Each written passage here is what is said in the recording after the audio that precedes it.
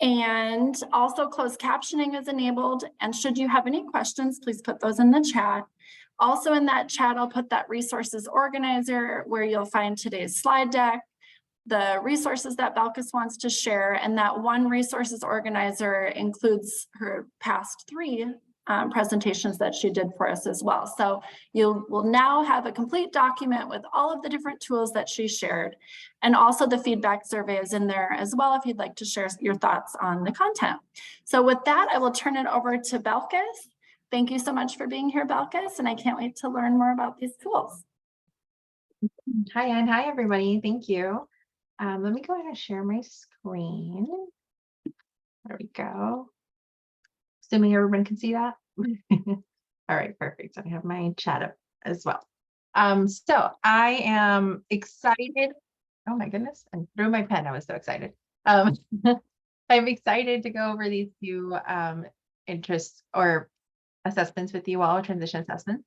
And I hope that it's not the last time we ever get a chance to like present information to you on. If you have any other questions about assessments or transition related things, please feel free to reach out to me. I'm happy to be anybody's resource.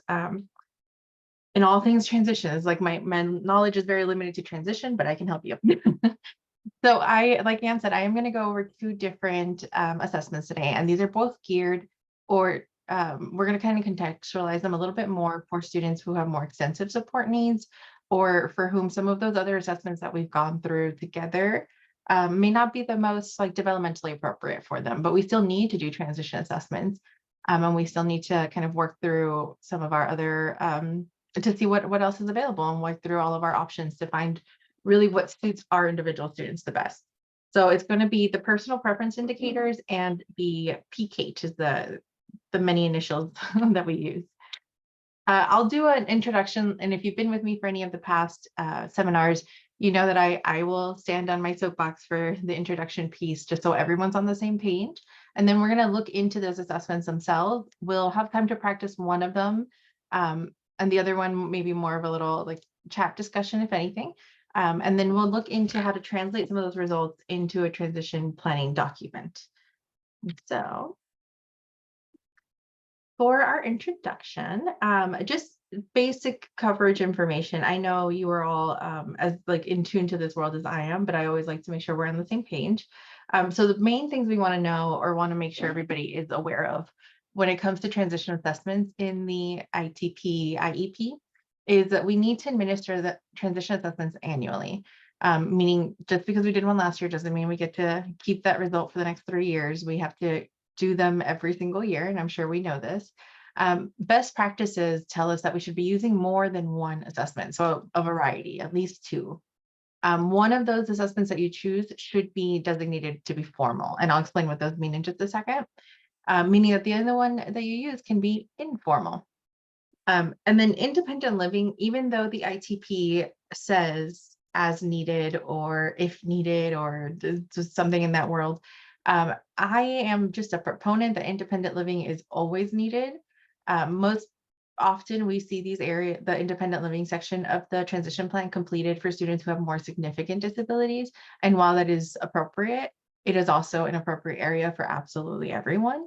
I defy you to find one human being who doesn't have any sort of independent living area that they could grow into or grow to be better at. And so that would be applicable to our students. It's not solely about feeding or speaking up for oneself. There's a lot that goes into that. So I'm gonna make sure everybody's on that same page. So just going back really quickly, the difference between a formal and an informal assessment is very simple, and I promise I won't make you read these things unless you absolutely wanted to. A formal assessment has this evidence database, just history to tell us that the test is doing what it says it's going to do. It's assessing these areas of transition. Informal assessments don't have that level of data and research behind them. It doesn't mean that they're not good. They're usually great. They add so much more contextual information than maybe like your standard fill in the blank or multiple choice question or assessment will. This is why we use a mix of them. One to say that we are getting our evidence from a database place, and then one to say that we are adding in every other kind of important details and information from other sources that are helpful in us understanding how to better plan or how to support our students in their transition plans. So we need a mix. Not one is better than the other. They're just best practices will tell us to use one of each at least. So when we are looking at assessing or doing transition assessments for students who have more significant needs or extensive support needs, the big question is, does anything actually exist? And not just does anything actually exist in terms of like a formal assessment, it is, does anything exist that is good? And there are a couple things that are good. The main issue behind them is that they are all behind a paywall, and some of them can be quite pricey. So if you were with us last time, 2 weeks ago, we went over the tag, the transition assessment goal generator. They recently came out with a tag A, or the alternate, and that is designed for students who have more extensive support needs. Though this test normally costs $3, you all at LA Unified have access to get this test without having to pay out of pocket. And so you would just need to email Anne to do that. I'm just gonna put that out there, Anne. But all the regarding the rest of the assessments, I listed a couple, and it's not really to say which ones are great and which ones are not. For some reason, they're all 3rd edition right now. That's interesting. But the main thing to kind of focus on there is that they are costly, and I just don't think we should be paying, not we teachers, educators should be paying to use assessments in this case. So, or if we don't have access to them through our district, even though they may be very useful, the paywall is it's a barrier to finding a good assessment, and usually it's a hard thing to justify for school or school district to get this $400 assessment for one student or the 3 students you have in your whole school. So when that is the case and you don't have access to a formal transition assessment, or even if you do and those don't seem to be quite appropriate for your student, which is often something that those of us who have worked with students who have more significant disabilities will know, it's not wrong, but it's also not quite what they needed, and we have to still do modifications. In those cases, when you need a formal transition assessment, I advise looking into their latest like psychoeducational reports or their scores, their latest state testing results, LPAC scores if they took that exam, something that is a formal exam that happens like through a bigger entity. Those work, and you can contextualize those results in relation to your students' needs.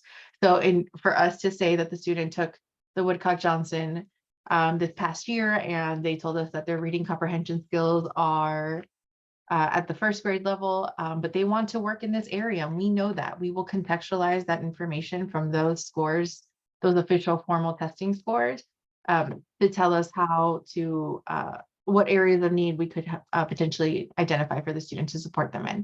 So the student who wants to be an engineer and their reading skills are at the 1st grade level, there's a pretty big gap in knowledge and skill there. And so we have to either help them make a plan to move up or find something along the ways that's more appropriate. But you're using those formal test scores to help contextualize.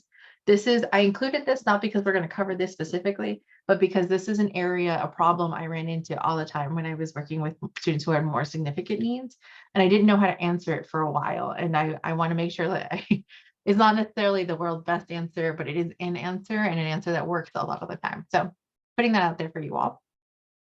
So the first assessment I want to show you is called the personal preference indicator. I'm going to give you a little forewarning. The graphics for this and like the formatting of the document are not the world's greatest, and that's okay because it's still an informal assessment, which means that if you wanted to make it better, make it prettier, or separate these things a little bit better, you are welcome to. It's still, as long as the content is the same, it's still the same assessment, just presented in a slightly better way. So the pictures, this is just what the front cover of it looks like. There's 2 that I'm going to show you. There's a couple that they have.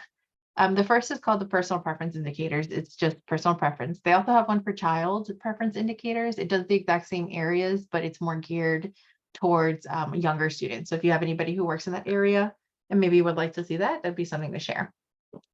So this is a guide, kind of like it looks like a worksheet, like a many page worksheet, and it's asking basically questions about the student. It's just a way for you to gather and collect information about the student. It's asking about what their favorites, like food or environment or people are, how they generally handle different feelings, their social world, their choices, and so forth. There's a couple of different areas there. The items and the information that you're able to gather regarding each of these sections is supposed to be to help you drive transition planning. More often than not, people who are kind of going towards this area are completing it with the support of more than one person other than the student. So if the student is able to provide actual information with all the areas that are here, it's wonderful. We always want that student's voice included or their perspective included as much as we can. However, in some situations when we're working with students who have far more extensive needs, who are not able to participate in this level of information gathering, we will bring in their outside sources, the people who are there with them all the time, the people who know them really well. It could be family, could be siblings, the bus driver who's like their best friend since they were in kindergarten, the dedicated nurse and aide that they've had since middle school or in this year, and they became like super close and they know so much about each other. The teacher that was there last year who, like, everybody knows when the student's having a hard day, they go to this teacher down the hall.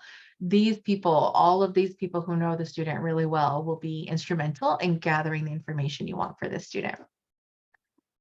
So I just want to show you really quickly so we can see.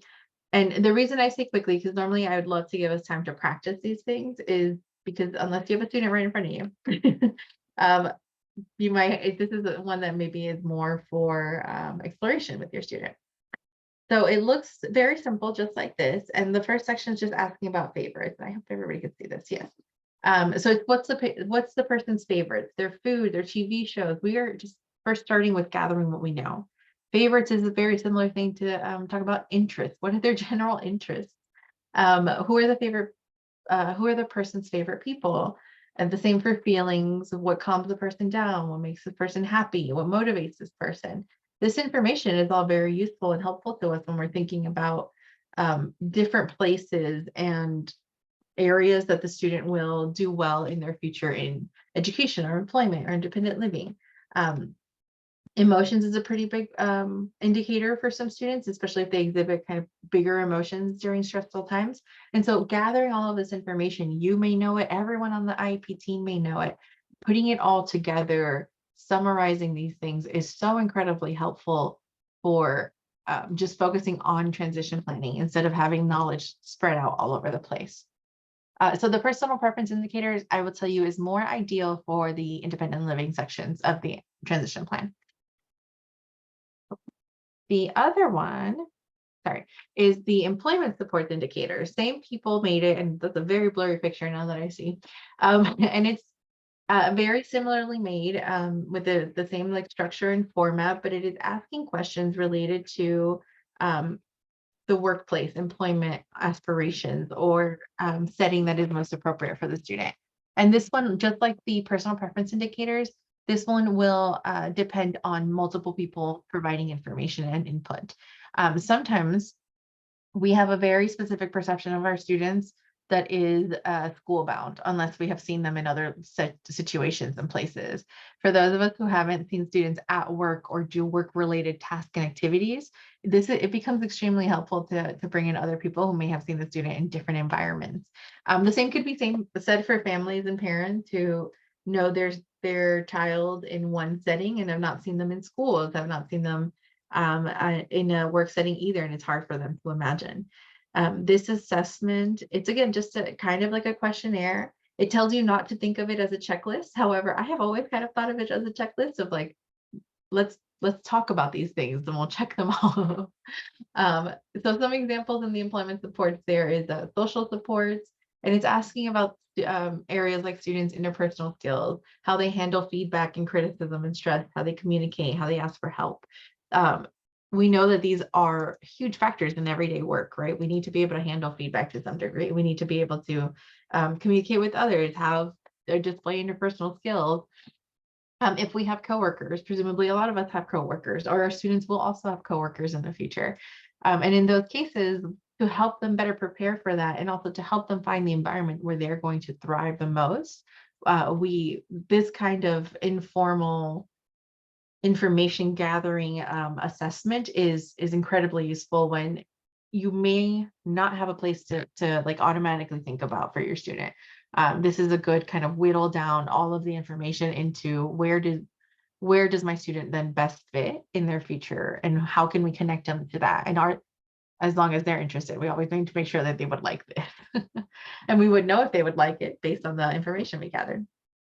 So the employment supports indicator is best, in my opinion, for the employment sections of the ITP. However, there are some areas there that could translate into independent living. Now, I'd love to know if anybody here would find something like this useful, or if you would even make modifications to it to make it more applicable to your specific students. And if you want to share that in the chat or unmute, I would love to hear, just because I have used these, but I have been hesitant to I didn't love the look of them, but I moved some things around, and I just asked the questions and had the conversation instead. All right. So once you've done the personal preference indicators, as you've done them, you've collaborated. Oh, wonderful. Somebody has shared this with teachers at career and transition centers. I think those are really great places to have them. I would also say that this is a really great place to do early transition planning with students and their families, of bringing in all of these areas so we can start talking about them. The more we know about ourselves, our students, the more we're able to and prolong those conversations, the more we are able to find better supports and placements for them in the future, or like help them connect to those. So one of the questions would be, or that I would have personally, is after I've done this, I've talked to everybody, we've filled out this thing, it's notes all over the place. What do I do? And I think because you'll likely have like kind of written stuff everywhere and information all over the place, I find it very helpful. And my suggestion to others would be to summarize each section of those indicators in about 2 to 3 sentences. Just a baby summary. It doesn't have to be anything crazy or formal, but this summary will be supportive in helping you understand what you know about the student based on the information you gathered. And so as an example, the social supports area that I just showed, and I can go back to it for a second, but the social supports area that I just showed has questions related to interpersonal skills and emotional awareness. And this is a lot of different information that I would gather. And so I would want to summarize this kind of condensedly, but be able to refer to my notes. So my student has really good interpersonal skills. Everyone's a friend. I never met a person he didn't love. That's wonderful. However, he does not always do well with interpreting other people's emotions and knowing whether or not they love him back. I'm thinking about a very specific student I had. How they handle feedback really positively, doesn't always kind of retain the information, but they have no problem receiving the feedback. And they ask for help all the time. They've never stopped asking for help. Can't get them to do a task without asking for help first. But this is all kind of big summary of the information that I was able to gather in my fake scenario here. That amount of information would tell me that they would be a great start to a conversation for the next part. For a student who is a good communicator and likes to communicate and likes to be people facing, but maybe it needs that task to be supervised, and maybe needs that task to be done with support, or just like with someone nearby in case they do have a lot of questions they need to ask. Then where can we find that kind of work setting, or where can we find supports to make a future work setting successful for them? And so now we can get into bigger conversations of connecting the student to determining that they might need a job coach in the future, or that they'll need like a weekly check-in with the counselors, for the employment counselors for the future, just to make sure that they're going to work on time if time was an issue that you kind of came up with here. You having this summary will lead to the better conversations of figuring out what's needed. Once you figured out what's needed or what might be needed in a future work setting, you're going to plan backwards and create the steps to get to that end goal. Essentially, this is all transition planning, is just planning backwards. So if we know our student is going to need a job coach, we need to figure out, how do we get them a job coach? If that means we have to sign up for DORS, the DORS vocational rehab services, then we need to do that first. And then in order for us to do that, we need to gather all this information, and we need to talk to parents about it. And so like we've planned backwards, and we can figure out what steps are needed immediately so that we can help the students eventually get up to that end goal. In this situation, the planning backwards, particularly because you're likely planning for a student who needs more than just your support or their family support. You should be doing this whole thing with others in mind, like you all having the conversation together. All right, that was the personal preference indicators. It was a much condensed version than maybe some of the other ones we went over. And I really do encourage you to try, at the very least, you can look at the prompts that are in there and pick out some of those questions that you think might help any of your students or might help drive a conversation about transition planning forward. In general, I find that a lot of students like looking at things like this, and it's a good way for them to see, yes, I am actually really good at a lot of these things. Look at all the things I checked off that I'm good at. You can use any of those for a conversation. Okay, this is like the main show that we're going to look into. It is called the PULOS Career Awareness and Exploration Toolkit. I condensed, or not the abbreviation is the P-CAET. Acronym is the P-CAET. It was created by Dr. Pulos, and when he was a student at the University of Oklahoma, he works at James Madison University now. But it created this kind of tool for career exploration for students. And it's visual, so it's actually more appropriate for students who have more developmental support needs. And it honestly is wonderful. It's a free download. It's a PowerPoint. I'm sure you can bring it into Google Slides, and I'll walk you through it before we have a chance to like get in there and play around with it for a bit. If you recall if you were here when we did the ONET My Next Move tool, they used these codes called the RISET codes to kind of cluster students into, or not cluster, I'm sorry, to categorize areas that students are most are indicating that they are like most interested in for careers. There's 6 different areas. So there are realistic, investigative, artistic, social, enterprising, and conventional. These 6 different areas correspond to like all the different kinds of job buckets that jobs generally kind of fall into.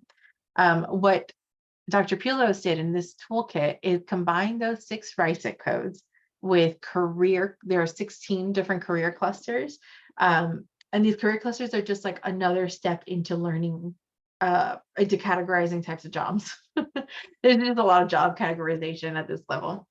Not really that important, other than you'll see it and we'll look at it together and we'll understand. But combining these areas, the RISET codes and the career clusters, they help students build awareness of different types of career pathways. This is so ideal for students who don't have any idea what they want to do, have never really thought about it, or their IEP team hasn't thought about it yet because they've been focused on the students' like very specific health needs. And we understand that, but if we're at a point now where we can start talking more about career exploration or doing activities related to that, then we should be. And this is generally one that is pretty accessible to a lot of students. Now, the main thing to know is that these careers that are here they are considered pathways to entry-level jobs. This is far more for someone who will need support in working or who is able to go into like traditional competitive employment on their own, but at the entry level. And each of the options presented, and this is what I'm going to show you because I love this. This is like the reason I even bring it up. Each of the options presented in I'm just going to go to hit this one. In the assessment have a link. So my brain like broke for a second. Each one has 2 links that you can see. The first link, there are lots of different jobs. All of these are different slides with different jobs. The instructions, I'm sorry.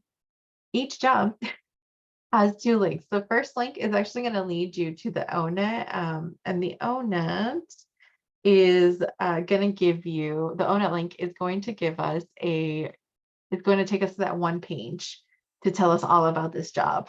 So when I click on that first one for landscaping and groundskeeping workers, I am directed to this page. And you have like easy to read version for veterans in Spanish. You can details, you can filter what you want from here.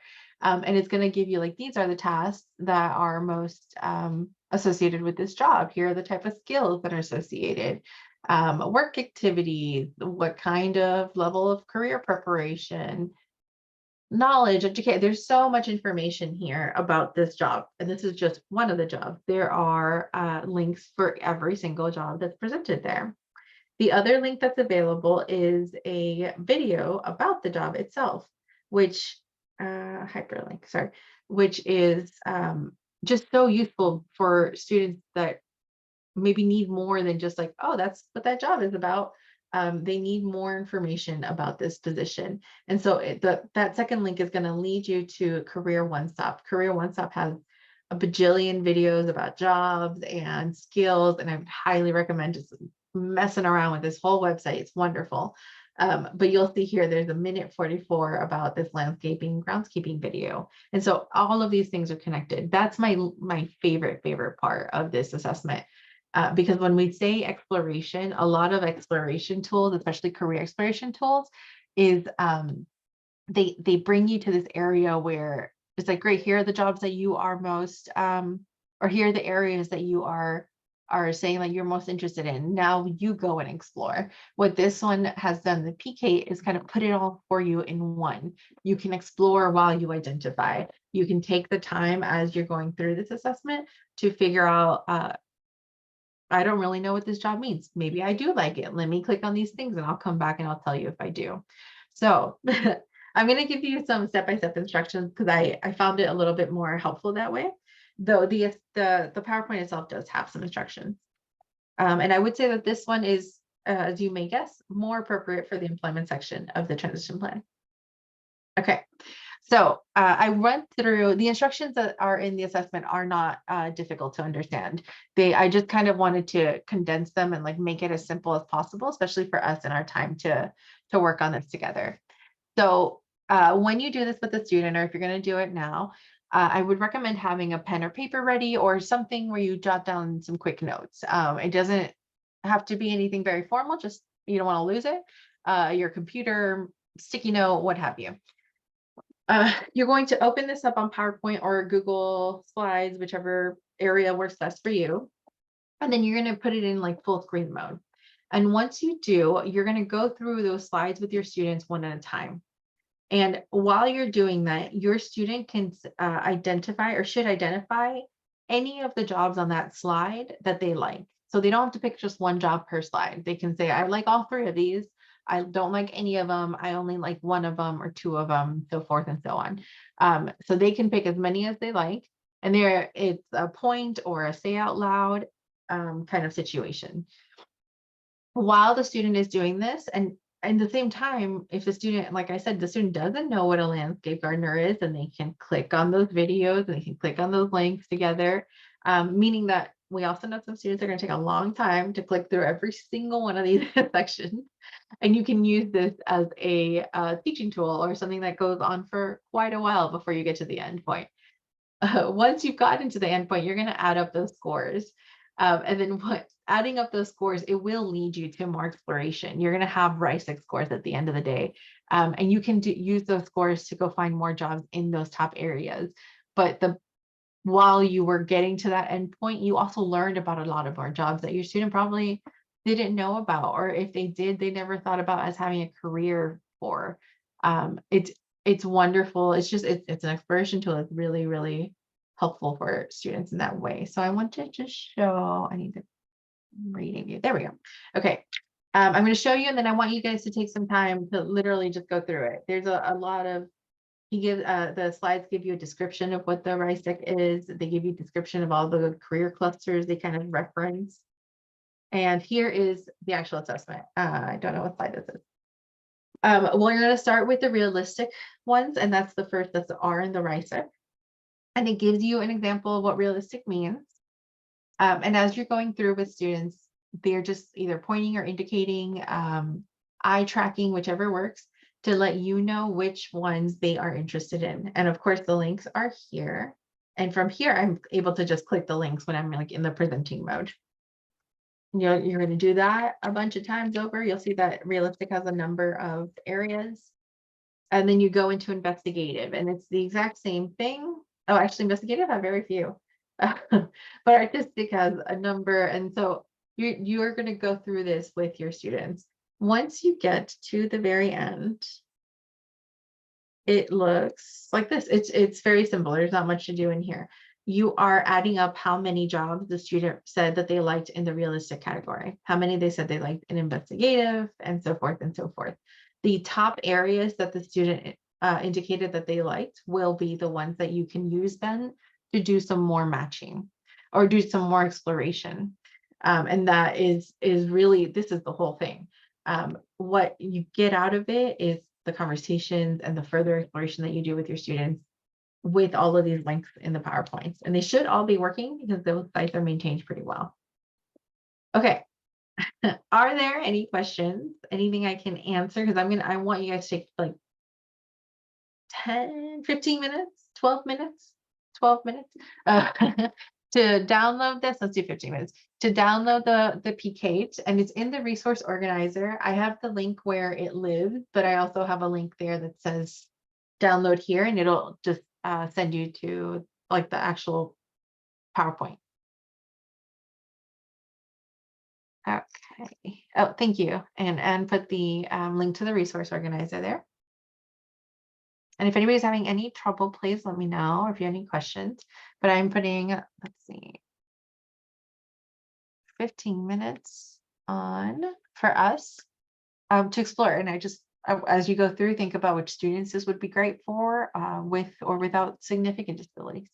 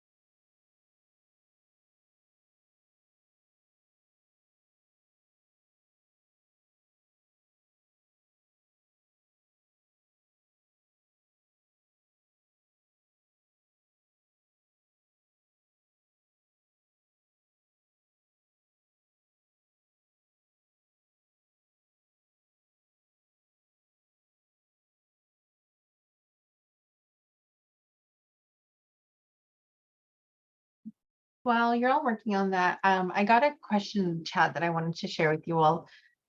For students who have very limited reading skills, what a parent may ask, or others in general in the IEP team may ask, how do you determine if the student is understanding the trade or the job that's being represented in the picture?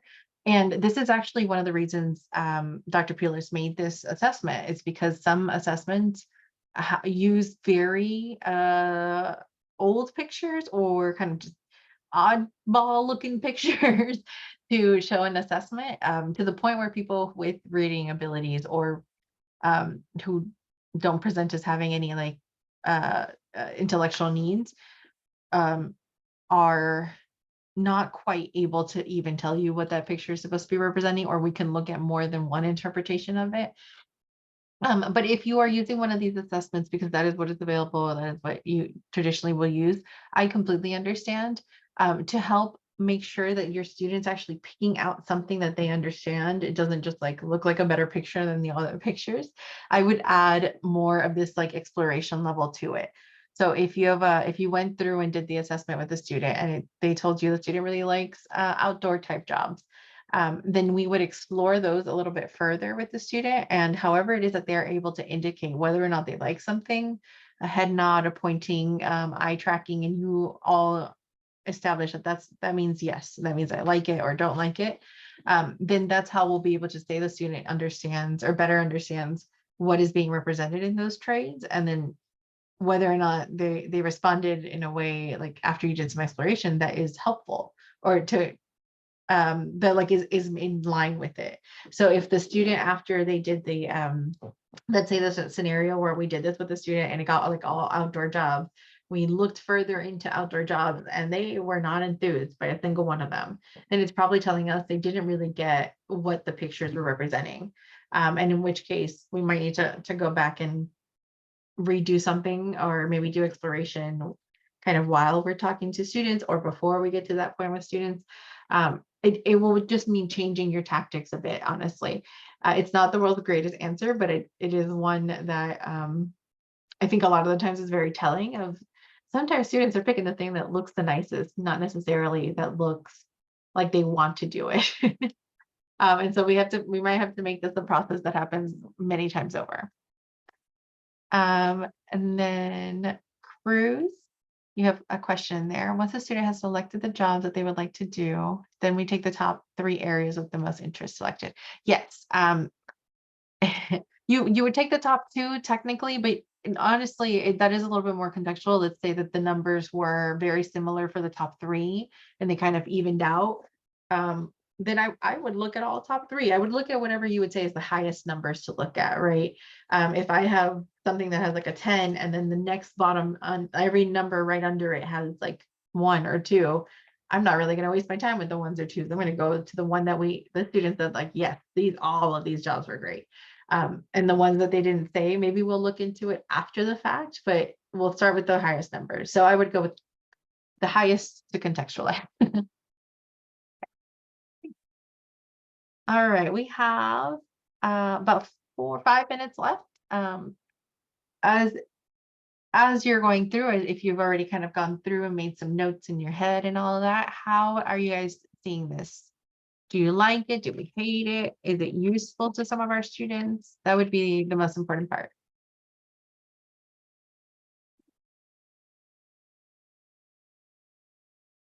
Very good, good. I'm glad to hear that it's useful to some. Oh no, James.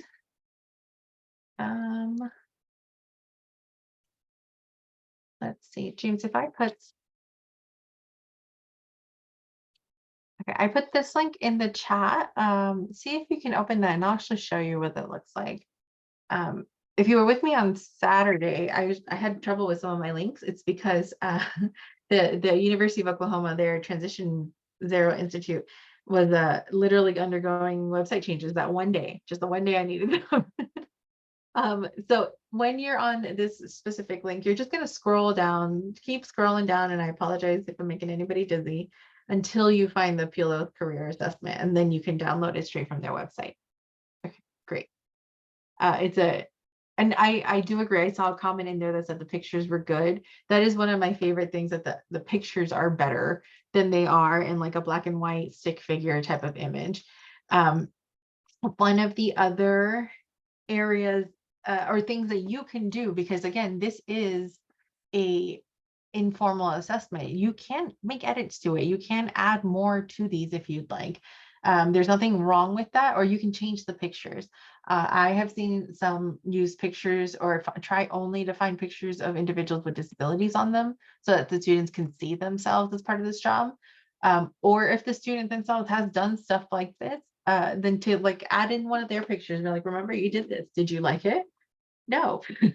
And that's okay, but it's at least something that adds a little bit more individualization. It helps them see themselves in these positions, which I always think is really just something that's missing a lot when we do career exploration. You don't see a lot of images of individuals with disabilities. And so we can add these things if we have access to them, or if you have pictures. All right, we are just about closing on time.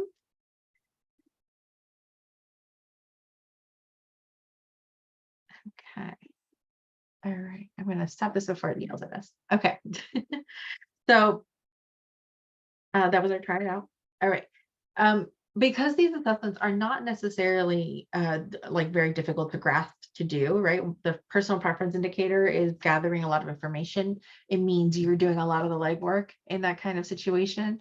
However, I would argue that most transition assessments and transition planning for students who have more significant disabilities, that legwork is very dependent on us to like bring all the other pieces and people together. And so you might be accustomed to doing that. And if not, this is my warning, you're probably going to do a lot of legwork trying to get everybody's input. And if you're using something like the P-CAET and your student is morbidly curious, expect them to touch every button. And that's okay, as long as you got time for it, which means you might have to plan for that. But once you've done this area, it's all about taking these results into the IP. We did all this wonderful exploration, the exploration and the kind of plan, like talking and planning that you've done. It means a lot.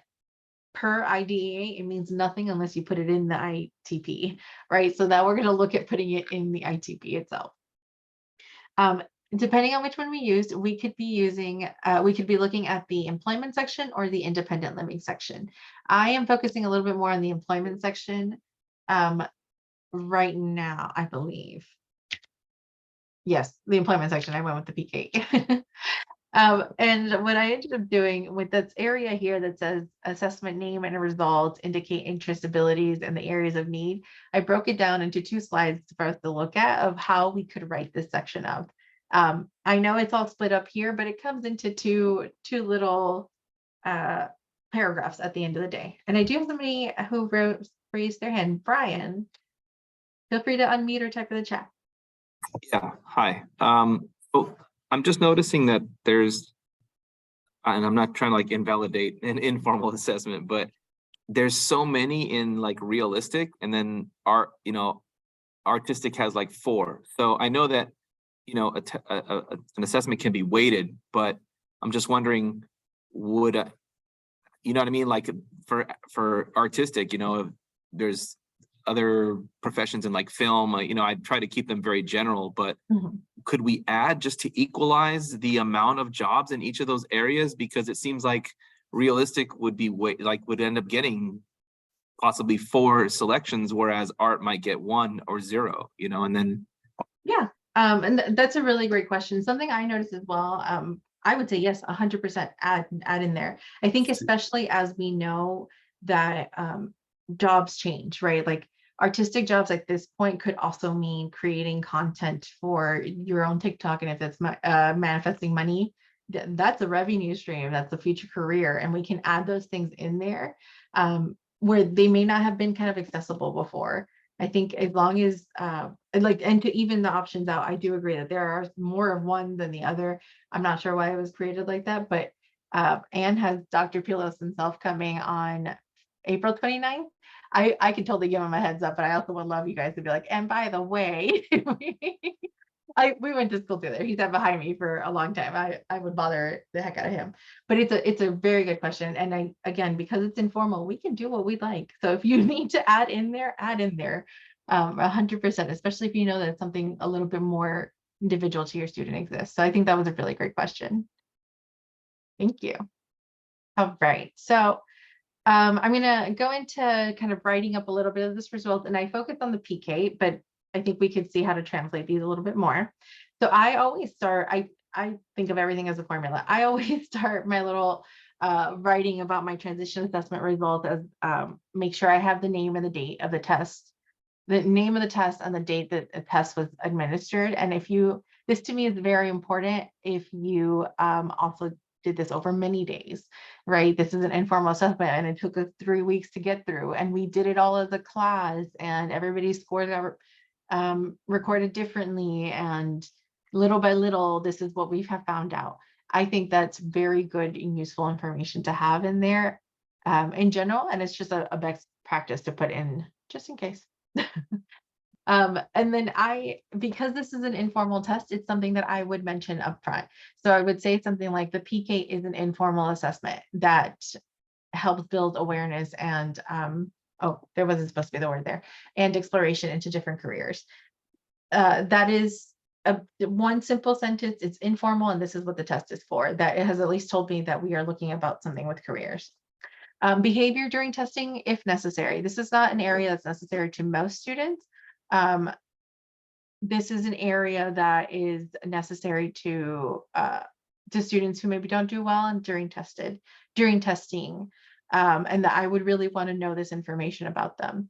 Sometimes it's really nice to just put good information when possible. So Marco was interested in learning more about each job. He asked to watch every single video before picking his interest. That's great. And I do see that you, an actual Marco in the chat, that the section in the ITP doesn't allow for much of that. And please correct me if I'm wrong, but I believe that the district is working on fixing that relatively soon to making it more open to writing. We'll wait for that in the chat. But while we're there, excuse me, the P-CAET also, I'm sorry, the next thing that I would write in there is what those results look like. And so I noticed in the chat before that there was a kind of note there about how the RISE scores are never really explained. This is a very, very simple version, but if you are working with people in the IEP team who have no idea what you're talking about, just putting in, it gives us a RISE scores doesn't really do much, right? What we could do instead is saying the P-CAET identifies top career interests based on these 6 career categories. And then we'd say after that, the top interests for our student Marco are the ones that came up highest. And after reviewing more jobs in their top career interest, Marco told us that he would like to be an artist. That's actually funny that he would like to be an artist when he graduates high school. Oh, good. The ITP revisions are in the works. So hopefully this will all be something we can add in there. And oh, we see that Wellington also, this is great. I'm just trying to read the comments. Wellington allows you to add more in the second box. If this is not something that you can add in there, it is also information you can definitely say out loud. You can attach to the IEP meeting notes or the ITP meeting notes. And this is very honestly, I know you will know the results and you'll know what to do with them by the time that you get here. This part of the writing is not about you. It's about conveying this information to the rest of that team. Parents and whatever outside people are there are not familiar with transition assessments the way that we are. They are also maybe not as familiar with seeing acronyms as much as we are, or scores being reported, or for us to just come in there and say, the student wants to be an artist, we took a test. I'm like, what are you talking about? What does that test tell you? Like, what are we supposed to do with this? And so this is really helpful in terms of summarizing everything that was done related to the test for others to read. So by this point, you likely will know it all. You got it. You've done it with the student. The student might be on the same page, but the rest of that team who needs this information too, this is who it's really built for. So we did that area. We're going to translate those results into a post-secondary goal and then to a transition activity for us to look at. The big post-secondary goal for our FAKE student, Marco, who has just told us he wants to be an artist, is to be employed as an in-house artist at the Weiser Art Center through DRS or DO Doors. the Wiser Art Center, it's a name I made up, but it would be a supported employment center or art employment center for individuals with very significant disabilities to get employment experience. I actually had a lot of my students who wanted to be artists themselves when we were at the higher transition age. And they worked at a community art center, and whatever their pieces sold for, it was like commission, but it was all done through DOORS, or our version of DRS when I was teaching.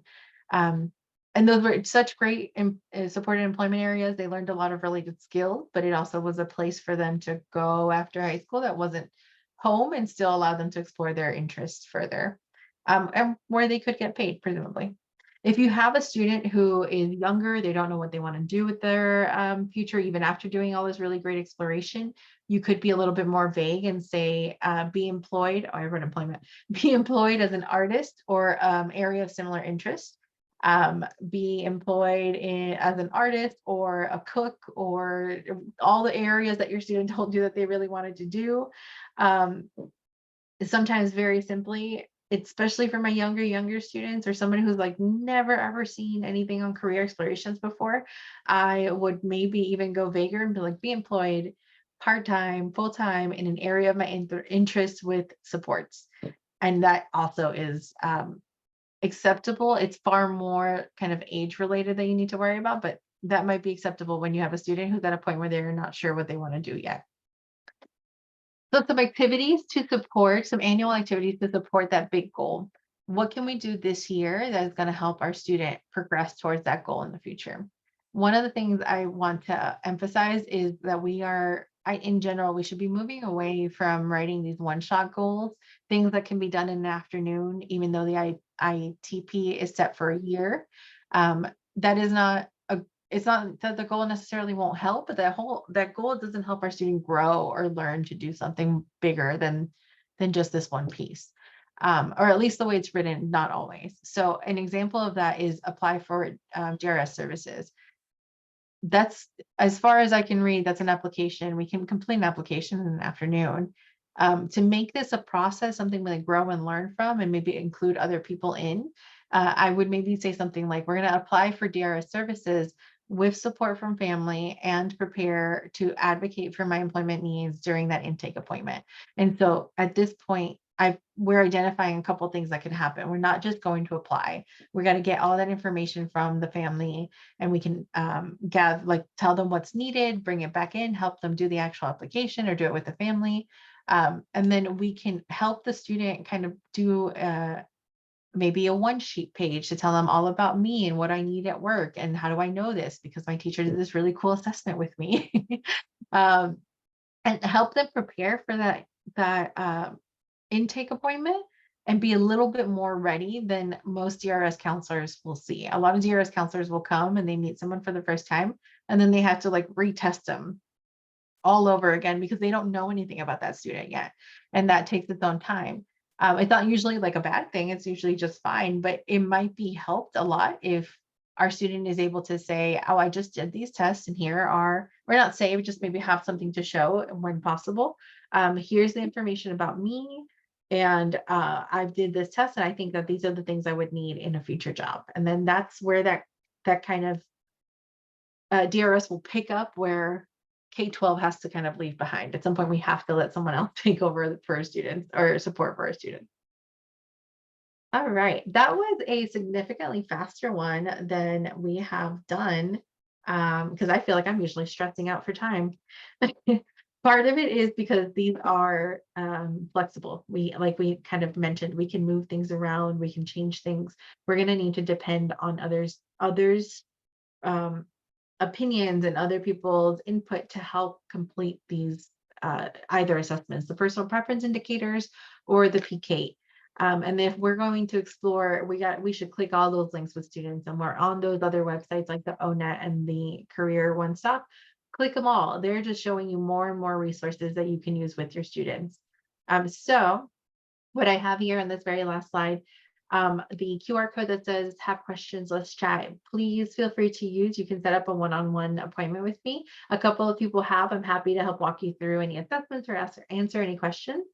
And then if you or anyone you know might be interested in pursuing a master's in teaching credential program, there is a link here for my University of the Pacific. We have a 12-month program that I would love to share with you all.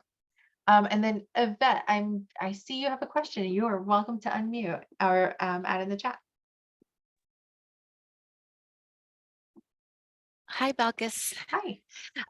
So it's kind of like a big question, and I don't know if you'll have the answer because it's a kind of a hard question, but so a lot of times when we have to write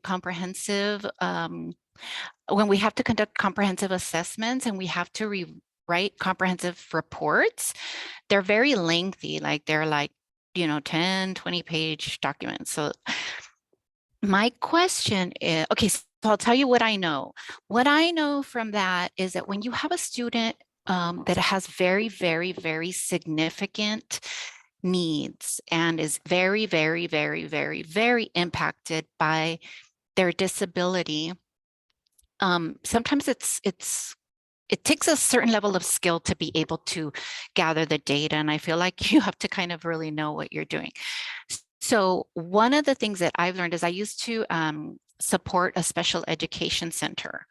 And the woman who was the coordinator there was working on a PhD in special education. And I asked her like how, because I was doing ITP trainings with the teachers there. And I asked her like, how do we service the students, in this school with very, very impacted needs?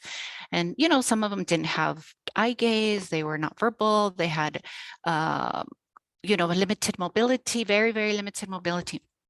And she said to me that what you do is you assess people around the student and gather data. You observe the student and you assess the people around the student. So who are the people around the student? The parent, some school staff, maybe do some observations and gather data that way. Then I another time spoke to James Kuntz, who's our coordinator over alternate curriculum. And we were talking about, I guess, sort of like the same thing, and his take on sort of like teaching students, and this trickles into assessment also, students with very significant needs, is that we can't possibly know what, if they're understanding it or not, and we're not to decide, that they can or they can't, so there's that.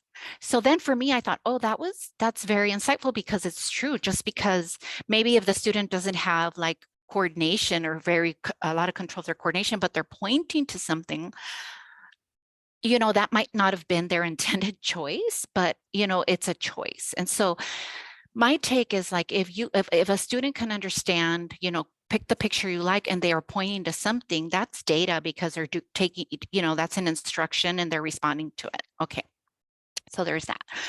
Then the other thing is like, well, now I'm forgetting what I was going to say. So there's all these like things that kind of make it a little bit challenging sometimes when we're trying to assess students. The other thing is like, there's and the law says we have to assess, right? The law says we have to assess. And then for the TPI, the publishers of the Transition Planning Inventory, they have their modified curriculum rating form assessment. And that one is designed for the teacher and the parent to complete collaboratively, and to, again, sort of assessing around the student, is my understanding. Mhm. So, I just kind of want to know, what is your take and your guidance when we're working with these very challenging cases? And especially in our department, so many people don't have a very strong alternate curriculum background. And we are out there, assessing students, observing students, and trying to do this really important work, but it is very challenging. So, and if, I know there's a lot in there, so just, if it's too much, I completely No. understand. I understand. I went from working my own mind to more like far more significant needs. And I had the exact same questions of like, I know I'm supposed to do assessments. What do I do? And it took me a while to figure out that there's a lot more of like teacher responsibility in creating the right type of assessment and work. And there is a certain extent to some students will not really be able to indicate to you whether or not they really like something, or our interpretation of it may be totally wrong. And that, I think that's just like a reality we have to kind of own up to and know. My perspective on it has been, if I looked into my students after they left high school who had those more significant needs, 3/4 plus maybe would have, at the very beginning of my career, they were at home after high school, at home nearly all the time in their lives. And they had very little interaction outside of their family structure or their home structure. And that is just not helpful, right? It's like not a great place to be. Every human being deserves some kind of like social interaction. They deserve to like go outside and enjoy public spaces as much as anyone else. And that was something that it's like been shown in research that they don't very significant individuals with more significant disabilities, they leave the high school setting, they have no more places to go or people to connect with or things to do.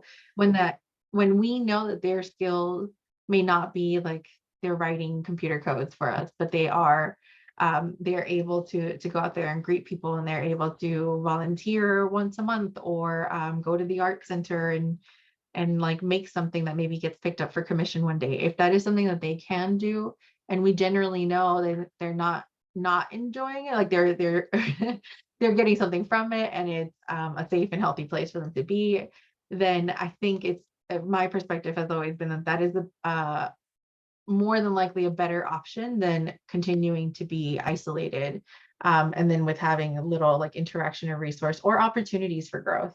There are definitely situations where what DRS told us was available as a place for students, and it was not necessarily what the student would have loved, but this is something that's going to help them get out a little bit more. It's designed to help them grow in some skills, and does not mean it has to be permanent. And that's honestly the kind of the route I took of this is better. This is going to tell us something better. And if the aim is to try to get you out there and try to get you to explore and engage more and be a part of the community more, then where exploration is going to take probably a lot longer than the high school time. Like we're going to explore far after you've graduated it, because unfortunately not everything is available. And so if there are jobs that are available that we can, or opportunities, volunteerships, things like that are available that our students can engage in, I'm a proponent of, then they should, even if they don't like them all, because not very few things are permanent in this world. Like in the significant disabilities world, very few things are permanent. And so if that's the case, we'll try this for a bit. And if you really didn't like it, then we know we'll never do that part again. And it turns out the assessment results where you said you hated outside jobs was right. You hated outside jobs. If we already knew that, if we knew that was a for sure, like every time we go outside and it's too hot in the summer, Marco cries, and then we really needed to stay away from that. That was accurate. He didn't like going outside. Things like that help. It's never a clear-cut answer when we get to more significant needs, just the world isn't really built around our students with the most needs. And if you like, I don't know, before I get onto a different soapbox, it should have been built for them. Hey, this is Jen. Can I jump in on this topic? Oh, please. So Yvette, I totally understand how you're feeling, because here at Santee, we have like 45 students on the alternate curriculum, OT classes and ID classes. And I just recently had to do a complete comprehensive assessment on a student in an ID classroom. And she's just turned 22 years old. And, but when you look at the work and things like that, it's of maybe around 1.5 to 2-year-old person. So when I was assessing her, her aide kept saying, yeah, she chooses what she likes with the pictures. And I could tell that actually wasn't the case, because I've figured out how to kind of do my own little tests on kids and find out if they're really choosing what they want or not. So I'll skip all that. But basically, long story short, what I figured out for that student was that the only thing I had to really go by was what the aide, the teacher, and the parent were saying, because this student literally couldn't even choose between 2 pictures of if she liked a cat or a dog more, like there was no comprehension of any of that. It was just random, or it was choosing whatever picture I was looking at. She was able to tell where my eyes were going. It was kind of fascinating. So I don't know. I mean, Belkis, what do you think about situations that are that extreme? Like at that point, you know, from what I've heard from asking questions of our supervisors and stuff, like we kind of in those cases really do have to rely on what the parent, teacher, and aide are saying, because the student choice, although they're making a choice, it's not a conscious, thoughtful, choice where they understand what they're doing. Like they just know they have to pick or point because you're going like this, so they're not. Yeah, and really that making a choice. 100% happens. I think in those situations you take what you can get. Kind of, if I am able and lucky enough to get the responses from family and the school psych who's known them forever and whomever else that's known the student, then I have to trust in myself as well. If I know the student, I have to trust that like we know as much as we can to make informed decisions. Like I'm not making silly decisions for my students just because I can, right? Like, oh, I have this great connected DRS and I can get all my kids in here. That's not the way, the path. The path is like, I have a great connect and I'm going to ask them if, based on what I know on the student, if these are good placements for them or if they have suggestions for good placements for the future, and we can prepare for that. But it'll be an informed decision, as informed as you can make one, I guess, without the input of the actual person. Which is, I mean, it's always like a double-edged sword. You're doing as best as you can, but that's also the theme of most teachers, doing as best as I can today. All right, I know we're running a little low on time, and Anne usually has some final words for us. I can stop sharing my screen here. That was such a great discussion and good questions. And I like how you said that there's no clear cut, I guess, with any student, but especially that population. It's just, we really have to think creatively. But thank you, Belkis, for everything for today and for even all of the presentations that you've done for us. And I know you said early on, I hope this isn't the last time, and I promise I don't think it will be. So thanks everybody for tuning in. I know I really enjoyed today with these tools. These were two that I had looked at in the past, but didn't really know. And especially that P-CAET is just neat that it was all bundled in there. But I am excited to ask the author about why there are more realistic than the other ones. And I'm sure he'll have some valuable insight for us. So I will put in the chat one more time the resources organizer. And that has all of those assessment tools that Belkis has shared with us. All of them are in there, all of the slide decks with that. The feedback survey is in there, and then her contact information as well. So thank you, Belkis, for sharing your time with us. And thank you everyone in DOTS for sharing your time with us on this Thursday, as somebody said, a mini Friday. And hopefully you have a great spring break and doing something that you enjoy doing and come back refreshed and ready to go in April. Thank you, everyone. Thank you all. To jump to my next one. Bye.